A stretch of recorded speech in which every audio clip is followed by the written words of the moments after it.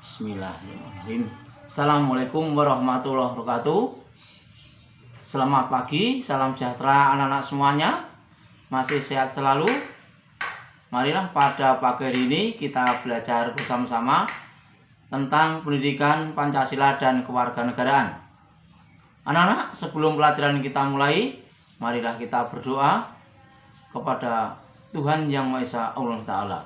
Berdoa mulai.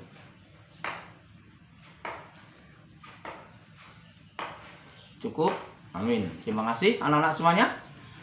Pada pagi hari ini Bapak akan menyampaikan materi PPKN dengan konsep dasar tentang proses perumusan dan pengesahan Undang-Undang Dasar 1945. Anak-anak semuanya, bahwa kita ketahui di negara Indonesia ini mengenal apa yang disebut dengan konstitusi. Apa itu konstitusi? Kita lihat anak-anak, konstitusi adalah hukum dasar. Hukum dasar ada dua, yaitu hukum dasar yang tertulis dan tidak tertulis. Saya ulang lagi anak-anak, konstitusi adalah hukum dasar. Ada dua, yaitu yang pertama adalah hukum dasar tertulis dan yang kedua hukum dasar yang tidak tertulis. Apa itu hukum dasar yang tidak tertulis? Bentuknya kebiasaan, timbul dalam kehidupan kenegaraan di masyarakat, dan itu diindahkan jadilah sebagai pedoman atau norma yang berlaku di suatu wilayah, bangsa maupun negara. Kalau dalam kehidupan ketatanegaraan, kebiasaan itu disebut dengan istilah konvensi. Anak-anak, yaitu contohnya setiap tanggal 17 Agustus Presiden berpidato tentang pertanggungjawaban selama 1 tahun beliau memegang kekuasaan. Nah, yang dilakukan itu tidak diatur dalam UUD 45. Maka karena ini suatu kebiasaan yang berulang-ulang sejak sistem pemerintahan di Indonesia, dan itu dikatakan baik demi kemajuan bangsa Indonesia ini dan negara Indonesia ini, maka setiap tahun dilakukan, maka disebut dengan konvensi. Kemudian hukum dasar yang tertulis. Apa itu hukum dasar yang tertulis? Contohnya adalah Undang-Undang Dasar Negara Republik Indonesia tahun 1945. Anak-anak, yang akan Bapak kita sampaikan pagi hari ini adalah tentang bagaimana kesejarahan proses perumusan Undang-Undang Dasar Negara Republik Indonesia tahun 1945.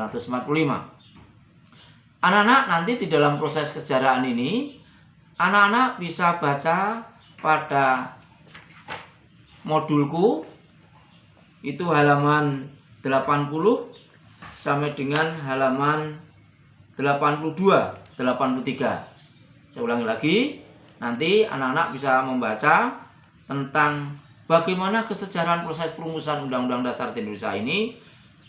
Baca halaman 80, 81 sampai dengan 83. Sekilas Bapak sampaikan anak-anak bahwa proses kesejarahan perumusan Undang-Undang Dasar ini diawali dengan munculnya sidang-sidang BPUPKI.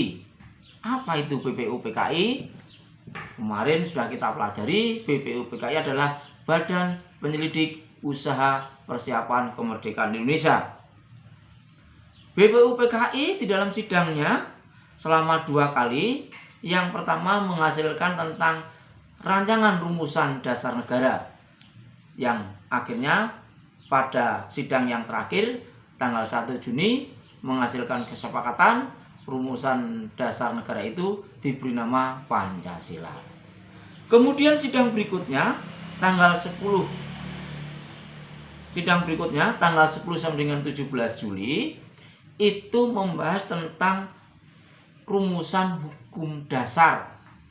Nah, rumusan hukum dasar inilah yang nantinya setelah dihasilkan dalam sidang yang kedua, kemudian dibahas dalam sidang PPKI, dan nanti disahkan oleh PPKI pada tanggal 18 Agustus 1945 menjadi konstitusi di Indonesia, Undang-Undang Dasar tahun 1945. Anak-anak, ini tentang sekilas proses kesejarahan lahirnya Undang-Undang Dasar 1945. Sekali lagi, anak-anak, nanti tolong lebih pahamnya lagi, pelajari, baca dan simak halaman 80, 81, kemudian 82 di dalam modulku.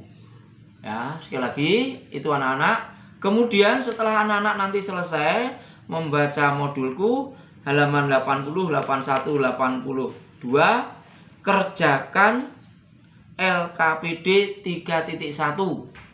Hanya yang nomor 3, yaitu buatlah kesimpulan dengan menggunakan ejan yang baku tentang awal sejarah perumusan UUD NRI tahun 1945. Ada tabel itu terdiri dari 5 nomor item, nomor 1, 2, 3, 4, 5. Nomor 1 misalkan di situ kolom yang pertama, waktu terjadinya dimulai dengan tanggal 11 Juli 1945. Peristiwa yang terjadi, panitia perancang Undang-Undang Dasar melanjutkan sidang BPUPKI yang kedua. Hasil keputusannya apa? Nah, nanti anak-anak bisa melihat di dalam modulku halaman 80 sudah tertera di situ. Berikutnya sampai dengan nomor 5. Itu anak-anak yang dapat Bapak sampaikan pada pagi hari ini. Sekali lagi, kerjakan. Bila anak-anak nanti kurang jelas, bisa WA Japri Bapak, sehingga anak-anak dapat mudah untuk mengerjakan. Sekali lagi, sekian. Tetap jaga kesehatan, patuhi protokol kesehatan, tetap pakai masker kalau keluar rumah, kemudian cuci tangan dengan air mengalir dengan sabun. Sehat adalah utama, belajar nomor 1. Sekian, kurang lebih mohon maaf. Assalamualaikum warahmatullahi wabarakatuh.